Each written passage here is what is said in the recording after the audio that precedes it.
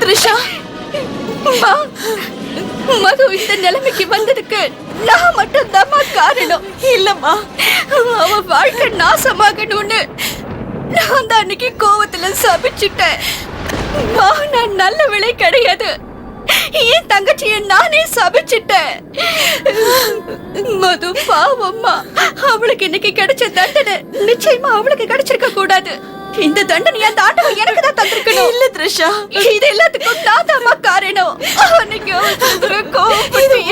இல்ல த்ரிஷா, இதுக்கு யாரும் காரணம் இல்ல. அப்படியே யாராவது இருந்தாலும் அது அந்த ஆர்கே மட்டும்தான்.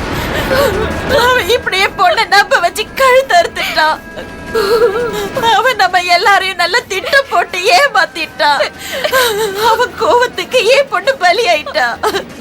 அவன் என் பொண்ணோட மனசை எந்த அளவுக்கு காயப்படுத்திருக்கான்னா, அவளோட வாழ்க்கையில அவ கடைசி மூச்சு இருக்கிற வரைக்கும் இந்த காயத்தை அவளால மறக்கவே முடியாது.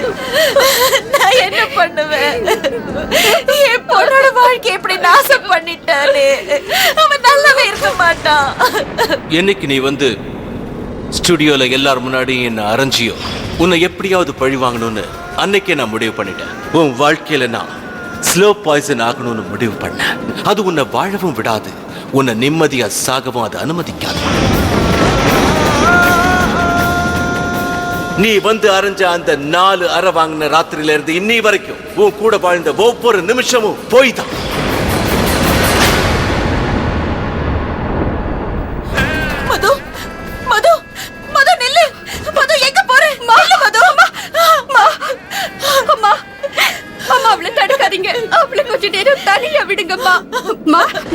சொல்றதை கேளுங்க.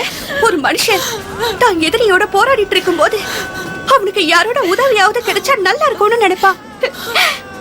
ஆனா அதே ஆளு தனக்கு தானே போராடும் போது தன்னை சுத்தி யாரும் இருக்க கூடாதுன்னு நினைப்பா. அதுதான் நியாயமும் கூட. சொல்றதை கேளுங்க. மதுவை கொஞ்சம் தனியா விட்டுடலாமா? அவன் தனக்குள்ளேயே போராடிட்டு இருக்கா. அவளை தனியா விட்டுடலாமா? எனது கவிதை கனவிலே எழுதி மடித்த கவிதை. உண்மை சொல்லுனா, உண்மை சொல்லுனா, உண்மை சொல்லுனா, உண்மை சொல்லுனா, நம்ம கல்யாணம் முறையா நடக்கணும்னு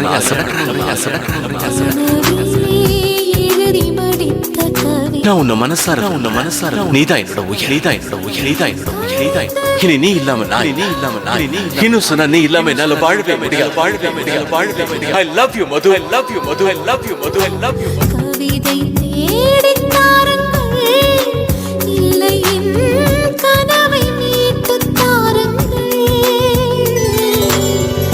எங்கே எனது கவிதை கனவிலே எழுதி மடித்த கவிதை. எங்கே எனது கவிதை கனவிலே எழுதி மடித்த கவிதை.